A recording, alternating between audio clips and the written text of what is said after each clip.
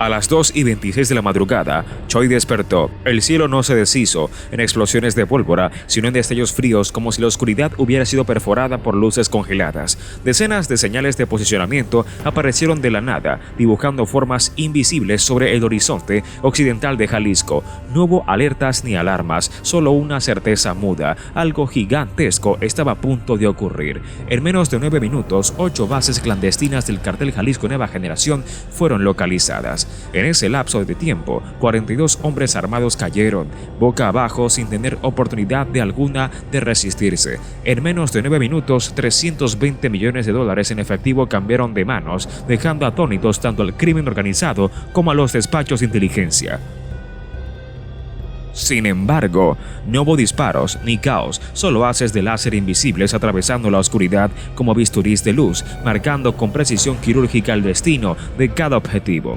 Esa madrugada, la violencia habitual fue sustituida por algo aún más implacable. ¿Era acaso una ley silenciosa e inevitable? ¿Qué clase de estrategia podía lograr tal nivel de precisión sin derramar una sola gota de sangre? El primer golpe fue devastador, pero no era el final, solo el comienzo. A las 2:35, mientras los últimos drones regresaban a sus puntos de control, una nueva señal se transmitió desde el centro de mando en Guadalajara. Eclipse 9 activado. Bajo ese nombre en clave se escondía una operación sin igual, un ataque quirúrgico diseñado no solo para capturar, sino para destruir completo el dominio aéreo del CJNG en los Altos de Jalisco.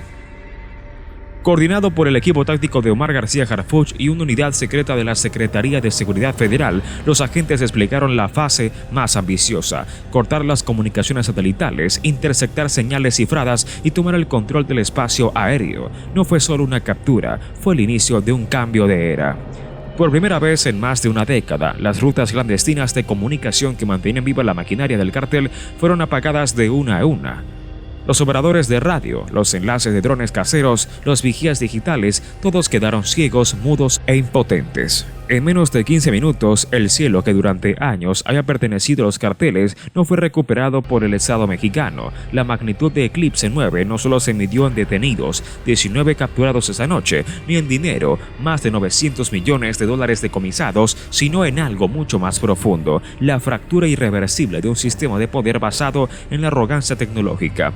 ¿Qué significa un país donde ya no son los criminales quienes vigilan desde el aire, sino el Estado quien los vigila a ellos? La noche del 28 de abril de 1925 no solo marcó una victoria operativa, sino el comienzo de un juego con el que las reglas ya no la dictaban del terror. Pero ¿realmente hemos recuperado el cielo o apenas estamos empezando a entender la magnitud del desafío? El golpe no fue al azar. Cada paso estaba cuidadosamente planeado. Mientras los drones surcaban el cielo en silencio, un segundo frente de batalla se desplegaba en las sombras. La lectura de datos en tiempo real no era suficiente. Ver era importante, pero había que comprender el flujo oculto que mantenía el cartel en pie: su calor, su voz, su latido eléctrico. Los operadores de Eclipse 9 trabajaban sobre 3 capas simultáneas: el análisis de firmas térmicas, la interceptación de señales móviles y la cartografía de bóvedas. Cada base secreta irradiaba una huella térmica invisible en el subsuelo. Cada llamada, cada mensaje, cada conexión clandestina marcaba una coordenada en el mapa. Los sótanos que ocultaban dinero generaban patrones de calor anómalos, claramente distintos a simples almacenes. Era como leer la sangre digital de un imperio criminal en tiempo real y responder antes de que pudieran reaccionar. Así clasificaron los objetivos: Base A, núcleos de fuerza armada rodeados de vigilancia pesada; Base B, bóvedas de efectivo protegidas como fortalezas subterráneas; Base C, centros de gestión de crédito y lavado digital; Base D, E y F, puntos de alcance para transporte y comunicaciones cifrados. Cada ubicación representaba un órgano vital del CJNG y cada intervención un corte preciso con un sistema nervioso. Pero eso no era todo. El algoritmo predictivo desarrollado en colaboración con ingenieros de inteligencia táctica permitió algo que antes parecía impensable: prever todos los posibles patrones de escape en un radio de 15 kilómetros y en menos de 15 minutos. Antes de que los líderes de locales se pudieran cuenta de que estaban siendo cazados, ya tenían su ruta de huida bloqueada. La tecnología había dejado de ser un privilegio exclusivo de los criminales. Ahora, por primera vez en años, el Estado utilizaba el pulso digital del enemigo enemigo para capturarlo con vida, pero mientras cada dron fijaba su objetivo, una pregunta se hacía eco en los pasillos del mando: ¿hasta dónde estamos dispuestos a depender de las máquinas para hacer justicia? La madrugada del 28 de abril de 1925 no solo fue una demostración de poder, sino también una advertencia. La guerra moderna ya no se libra solo con armas, se libra con datos, con algoritmos, con espectros invisibles que deciden quién vive y quién cae. Y en esta guerra, el que no se adapta no solo pierde, desaparece. Estamos preparados para un mundo donde los errores ya no se miden en balas, sino en bits. La segunda fase comenzó en silencio absoluto a las 2:38 de la madrugada, cuando Choyik seguía envuelto en la oscuridad. La orden fue clara y tajante: cortar todo en un radio de 5 kilómetros. Las señales de celular, GPS y radiofrecuencia desaparecieron. Nadie dentro del perímetro pudo pedir ayuda, enviar advertencias, ni siquiera saber que estaban siendo cazados. Fue como si de pronto el mundo exterior hubiera dejado de existir. 6 bases subterráneas, 6 objetivos prioritarios, 6 golpes sincronados a la perfección. Cada equipo de intervención recibió su hoja de misión: ubicar, fijar, neutralizar, capturar. Los drones de asalto, equipados con sistema de fijación láser de última generación, fueron los primeros en actuar. No bastaba con ver a los operadores enemigos, había que disipar sus movimientos. Al primer intento de desenfundar un arma, una lluvia de haces infrarrojos bloqueó su rango de acción. Los sicarios quedaron paralizados, desorientados, atrapados bajo la fría mirada de las máquinas. En casos de resistencia, los drones lanzaron granadas aturdimiento de alta precisión, esferas que estallaban con una luz blanca cegadora y un estruendo ensordecedor, incapacitándolos sin derramar una sola gota de sangre. Era la guerra moderna en su forma más pura, un combate sin disparos pero con una letalidad inusitada. Mientras tanto, las unidades terrestres avanzaban en oleadas rápidas. Equipos de alto táctico irrumpieron en las bóvedas ocultas de las bases B, las que resguardaban del dinero físico, asegurando maletas, cajas fuertes y dispositivos electrónicos, sin darles tiempo a ser destruidos o transferidos. La prioridad no era solo el dinero, sino capturar con vida a cada operador, obtener sus claves, sus rutas, su sangre digital. Cada arresto, cada dispositivo incautado representaba no solo una victoria operativa, sino un golpe quirúrgico al sistema financiero paralelo que sustentaba al CJNG. En menos de 12 minutos, las 6 bases estaban bajo control, 42 operadores enemigos reducidos a 0 bajas en el equipo federal, 0 disparos mortales. Era una operación que desafiaba las reglas tradicionales del enfrentamiento, donde el silencio, la tecnología y la precisión reemplazaron la brutalidad y el fuego cruzado. Pero surgía la inevitable pregunta: ¿puede realmente un Estado ganar la guerra contra el crimen solo con tecnología? Porque en cada dron que fijaba un objetivo, en cada algoritmo que predecía un movimiento, también nacía un riesgo: el riesgo de deshumanizar la justicia, de convertir la captura en un simple cálculo frío. La madrugada del 28 de abril no solo fue un triunfo técnico, sino también un espejo incómodo de hacia dónde se dirige el combate moderno, un campo de batalla donde el error ya no significa una bala perdida, sino una vida destruida por un bit mal interpretado. ¿Dónde queda la voz humana cuando las máquinas deciden quién sobrevive y quién sucumbe? La tierra tembló, pero no por explosiones. A las 2:50 de la madrugada, mientras los drones vigilaban en modo estático, las unidades tácticas descendieron hacia las profundidades de Choyik, Sinaloa. Lo que hallaron debajo de la superficie superó cualquier pronóstico. En cámaras subterráneas reforzadas, ocultas tras paredes falsas y pisos de concreto recién sellados, se encontraba el verdadero núcleo financiero del CJNG. Los primeros hallazgos fueron devastadores: 320 millones de dólares en efectivo, empaquetados y apilados en compartimientos secretos, 138 fusiles de asalto calibrados y listos para su despliegue inmediato, dispositivos de hackeo, laptops encriptadas y servidores locales diseñados para coordinar operaciones digitales en tiempo real. Pero el encubrimiento más letal no era físico, sino un mapa. A simple vista parecía una maraña de rutas y nodos, pero en realidad era el sistema circulatorio de un monstruo financiero, el mapa de dinero vivo del cartel Jalisco Nueva Generación. Cada línea, cada punto representaba una ruta de transporte de capital, desde las remesas disfrazadas en pequeños negocios en California hasta el lavado de dinero a través de casinos en España o el tráfico de artículos de lujo en la República Checa. Era una red orgánica y mutante, diseñada para sobrevivir a bloqueos, decomisos y embargos. Si ese mapa no hubiera sido incautado, esa noche el CJNG habría podido resucitar todo su imperio económico utilizando solo estos datos físicos. La magnitud del hallazgo paralizó al mismo equipo de inteligencia que lo descubrió, porque no solo era una lista de cuentas bancarias, sino una hoja de ruta genética de cómo operaba el cartel en 3 continentes: América del Norte, con cadenas de suministros legales e ilegales fusionadas en la frontera; Europa, con empresas fantasmas y fideicomisos en paraísos fiscales; Asia, con circuitos paralelos de transferencias anónimas mediante criptomonedas y activos de lujo. 42 capturados esa madrugada, incluidos 8 individuos de alto perfil encargados de la gestión y protección de este ecosistema. Cada uno de ellos llevaba más que un arma, portaban contraseñas, accesos y fragmentos del ADN financiero que mantenía con vida al monstruo, pero capturarlos no fue un final, sino apenas una grieta abierta en un sistema que respira a través del sigilo y renace con cada nueva cuenta, con cada dispositivo móvil registrado bajo identidades falsas. La operación Eclipse 9 no solo incautó dinero, incautó el alma digital del CJNG. Por primera vez en años, el Estado mexicano tenía en sus manos el mapa que mostraba cómo la criminalidad moderna no se sostiene únicamente con violencia, sino con finanzas invisibles, móviles y mutables. El impacto fue inmediato. En Guadalajara, varios centros de lavado reportaron fallos en las redes. En Ciudad Juárez, grupos vinculados al cartel intentaron transferir grandes cantidades de dinero sin éxito. En Tijuana y Mexicali, corredores de divisas colapsaron en pocas horas tras el corte de comunicaciones. El latido financiero del cartel había sido sostenido, aunque no destruido.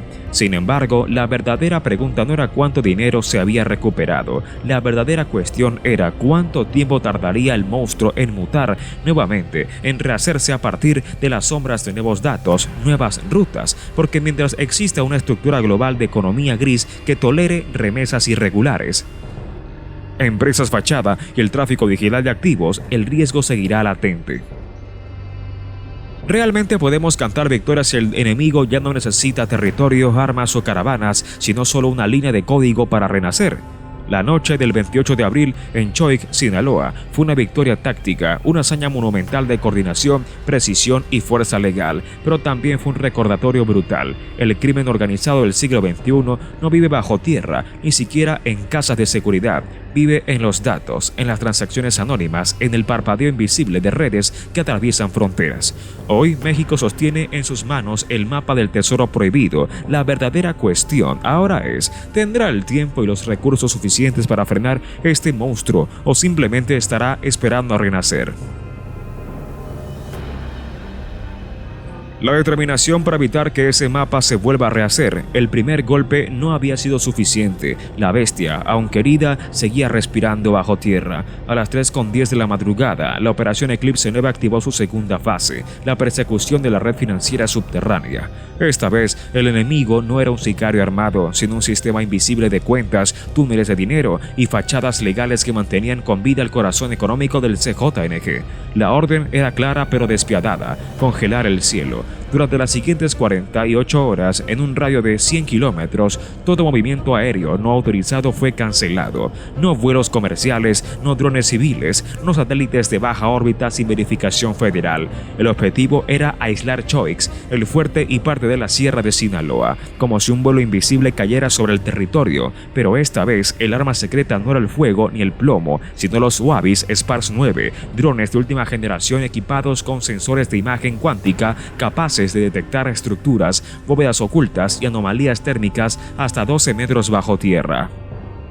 El primer barrido reveló lo impensable: 19 nuevas localizaciones clandestinas. No eran casas de seguridad convencionales, sino refugios financieros, bóvedas subterráneas selladas con concreto industrial, oficinas virtuales disfrazadas de agencias de turismo y consultorías legales, centros de caridad que operaban como nodos de transferencia para el lavado de dinero. Cada sitio era una arteria vital en el sistema económico del cartel. La magnitud del hallazgo obligó a replantear toda la estrategia. No bastaba con allanar, era necesario capturar en tiempo real los flujos de dinero, bloquear las transferencias digitales, interceptar los correos cifrados antes de que pudieran activar sus protocolos de evacuación económica. Por eso se implementó simultáneamente una acción sin precedentes: congelar todo el tráfico de datos financieros, el transporte terrestre y aéreo en la zona, forzando al enemigo a quedarse atrapado en su propio laberinto de corrupción. Mientras tanto, unidades especializadas de delitos financieros, junto con análisis de inteligencia cibernética, se desplegaron para rastrear los servidores móviles, las carteras de criptomonedas y los sistemas de transferencia encubierta. En cuestión de horas, los drones Pars 9 no solo habían detectado los refugios físicos, sino que también comenzaron a seguir los latidos digitales de la red, movimientos atípicos en terminales bancarias en La Fuerte, señales de acceso a servidores en un pequeño cibercafé de Los Mochis, transacciones sospechosas originadas desde una clínica veterinaria que en realidad era usada como punto de triangulación financiera. La guerra había cambiado de rostro, ya no era cuestión de armas o de hombres, era una batalla de espectros, de señales, de pulsaciones invisibles. Cada minuto contaba, cada byte capturado era una vena cortada en el cuerpo económico del CJNG. El desafío era doble: intervenir rápido pero sin alertar al sistema, porque un solo aviso, una sola contraseña enviada al exterior y millones de dólares podían desvanecer en la niebla de las transacciones internacionales encriptadas. El riesgo era claro: si fallaban, no solo perderían dinero, sino también la oportunidad única de desmantelar un imperio financiero clandestino que tardó más de una década en construirse. Pero había algo más profundo en juego. Cada base encontrada, cada cuenta congelada, cada operador capturado planteaba una pregunta aún más incómoda: ¿cómo fue posible que un sistema tan vasto creciera a plena vista frente a instituciones financieras, gobiernos locales y organismos internacionales? La respuesta no era sencilla y no bastaba con señalar a los carteles, porque detrás de cada fundación de ayuda, detrás de cada empresa de exportación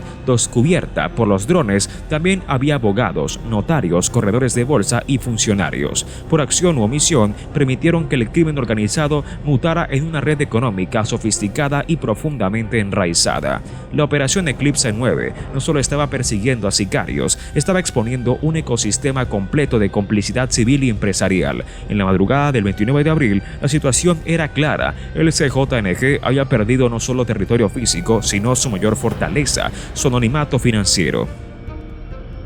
Sin embargo, la batalla apenas comenzaba, porque mientras una parte de México celebraba los resultados, 40 detenidos, 900 millones de dólares incautados, 19 centros financieros desactivados, otra parte sabía la incómoda verdad: la red nunca desaparece por completo, solo se oculta, solo evoluciona, y para derrotarla de verdad no basta con congelar el cielo, hay que tener el valor de iluminar las sombras donde nace y crece la corrupción. Estaremos listos para enfrentar no solo a los operadores armados, sino a los verdaderos arquitectos invisibles de la guerra económica que ahoga en México. El golpe en Choix no solo fracturó una operación local, rompió un silencio global. A las 4:22 de la madrugada, cuando los equipos de análisis revisaban los dispositivos decomisados, apareció la primera conexión inesperada: una transferencia oculta desde Jalisco hacia Florida, Estados Unidos. No era una transacción aislada, era la punta de un iceberg. Al superponer los datos extraídos de las bóvedas capturadas con el mapa de dinero vivo, el patrón se hizo innegable: 4 corredores principales de lavado de dinero, activos sincronizados a escala transcontinental. Ruta 1: Jalisco, Miami, Florida. Operaciones encubiertas bajo compañías de bienes raíces y constructoras de fachada. Ruta 2: Guanajuato, Valencia, España. Tráfico de arte, apuestas en línea y supuestas fundaciones benéficas. Ruta 3: Querétaro, Ostrava, República Checa. Compra masiva de maquinaria industrial para transferencias encubiertas de capital. Ruta 4: Nayarit, Rotterdam, Países Bajos. Red de exportación de aguacate y productos agrícolas ficticios como tapadera. El cartel Jalisco Nueva Generación no actuaba solo, ya no era una organización regional luchando contra el Estado mexicano, era una pieza funcional dentro de una alianza financiera clandestina de alcance global. El hallazgo sacudió los cimientos de las agencias internacionales, porque al cruzar los registros surgieron nombres de corredores financieros, bufetes de abogados y firmas de auditoría respetadas, todos vinculados de manera directa o indirecta al lavado de activos del CJNG. En otras palabras, el crimen organizado mexicano había dejado de ser una amenaza nacional. Ahora formaba parte de un ecosistema criminal globalizado, sofisticado y profundamente incrustado en la economía formal. La alarma se encendió en Washington, Madrid, Bruselas y Praga. Los informes de Eclipse 9 confirmaron lo que muchos temían, pero pocos se atrevían a decir públicamente. La guerra contra el narco no solo se libraba en los campos de México, sino también en oficinas corporativas de Florida, en galerías de arte en Valencia, en fábricas de maquinaria checa que nunca entregaban pedidos. Cada peso blanqueado en Guanajuato era un héroe circulando por las calles de Europa. Cada dólar sucio de Jalisco alimentaba cuentas offshore intocables por las leyes locales. El enemigo ya no era visible, ya no vestía pasamontañas ni empuñaba fusiles, vestía trajes finos, manejaba cuentas bancarias, firmaba contratos que parecían legales. Por eso, los analistas de inteligencia no tardaron en redefinir el diagnóstico. El CJNG ya no era un cartel aislado, era un socio activo dentro de una federación de redes financieras ilícitas conectadas por intereses oscuros, protegidas por brechas legales, alimentadas por una codicia que no reconocía fronteras. Pero el descubrimiento trajo consigo un dilema brutal.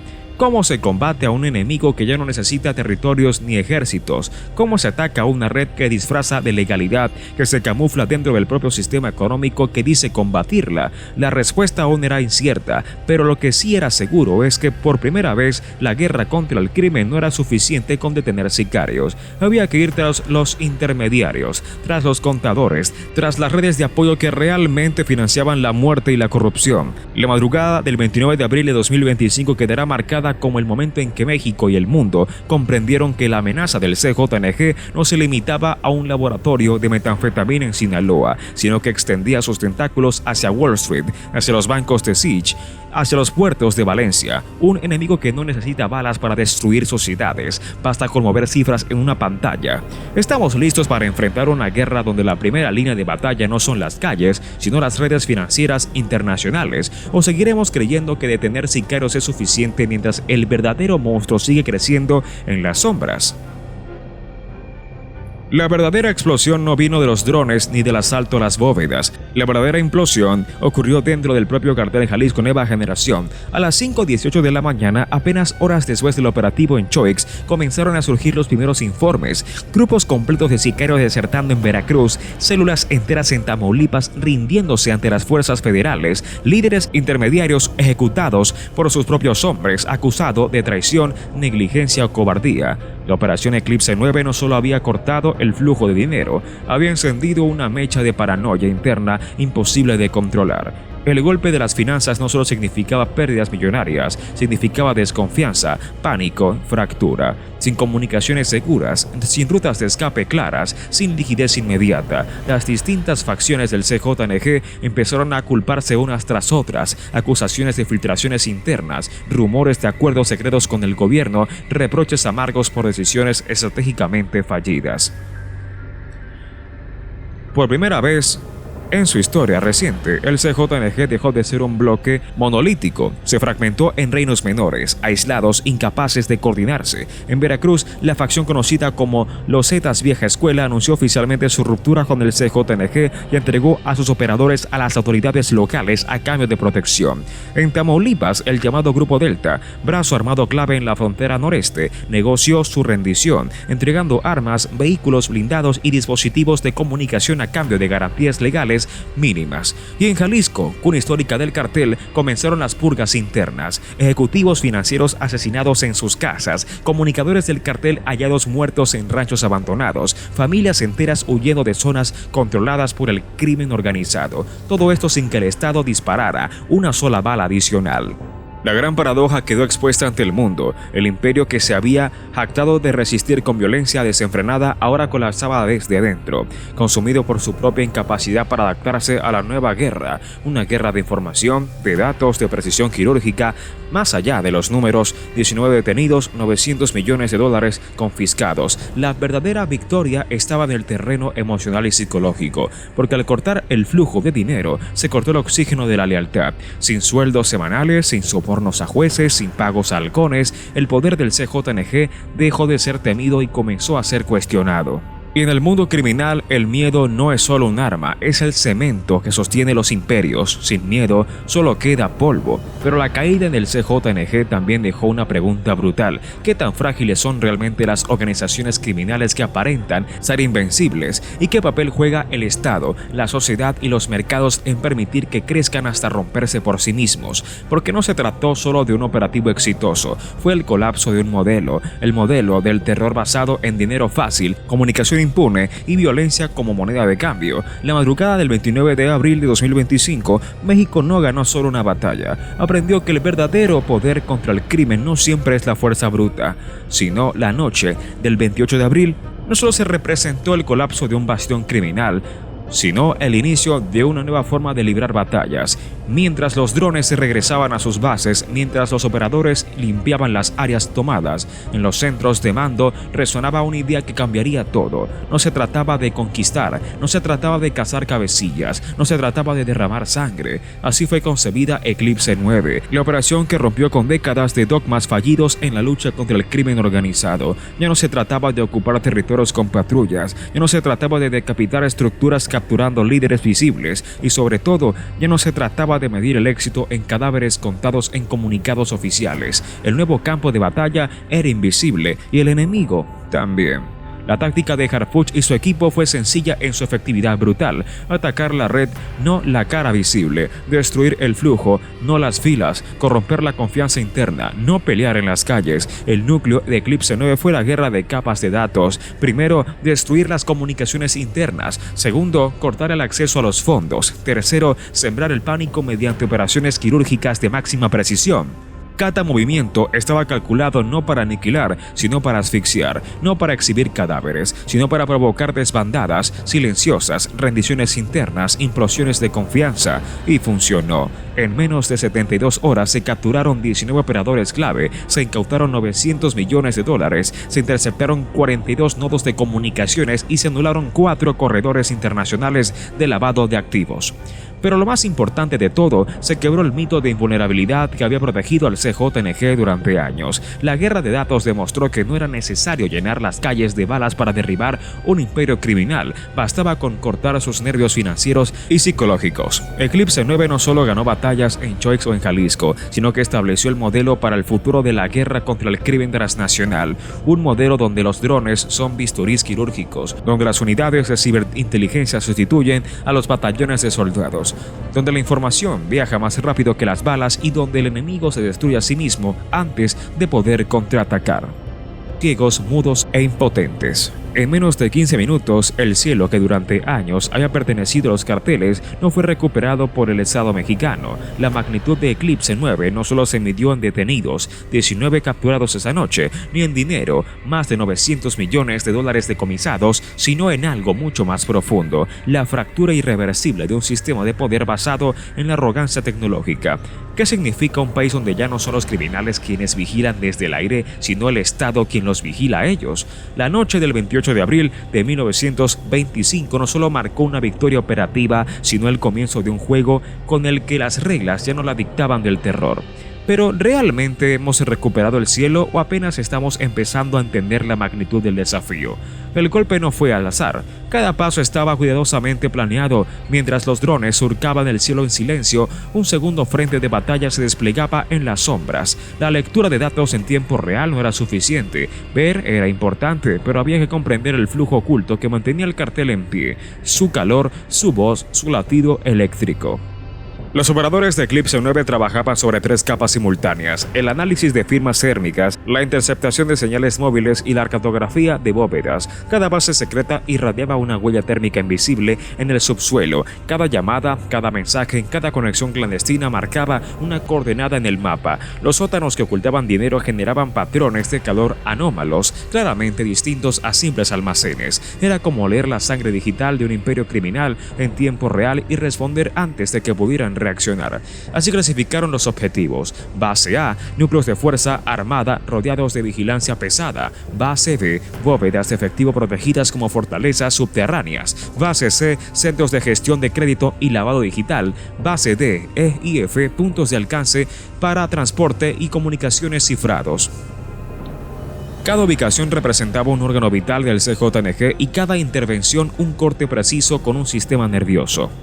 Pero eso no era todo. El algoritmo predictivo desarrollado en colaboración con ingenieros de inteligencia táctica permitió algo que antes parecía impensable: prever todos los posibles patrones de escape en un radio de 15 kilómetros y en menos de 15 minutos. Antes de que los líderes de locales se pudieran cuenta de que estaban siendo cazados, ya tenían su ruta de huida bloqueada.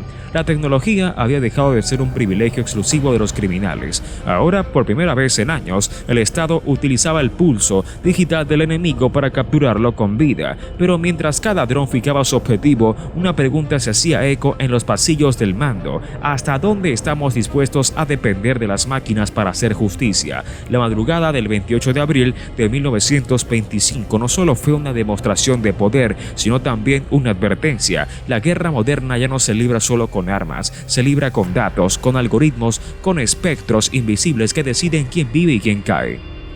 Y en esta guerra, el que no se adapta no solo pierde, desaparece. Estamos preparados para un mundo donde los errores ya no se miden en balas, sino en bits. La segunda fase comenzó en silencio absoluto a las 2:38 de la madrugada.